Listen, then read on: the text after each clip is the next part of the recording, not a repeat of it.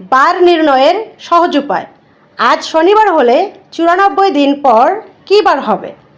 এরকম অঙ্কগুলো কত সহজে করা যায় আমি ভিডিওর মাধ্যমে দেখিয়ে দেবার চেষ্টা করছি। সো আমরা জানি এক সপ্তাহ সমান 7 দিন। 7 দিয়ে আমরা 94কে ভাগ করব।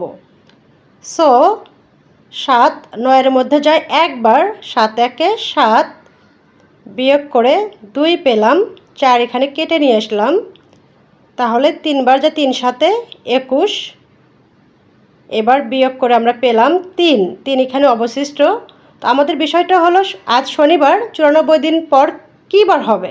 তো একটা রুল আছে, শনিবারের সাথে আমরা বাকি যে অবশিষ্ট থাকলে এটি যোগ করব।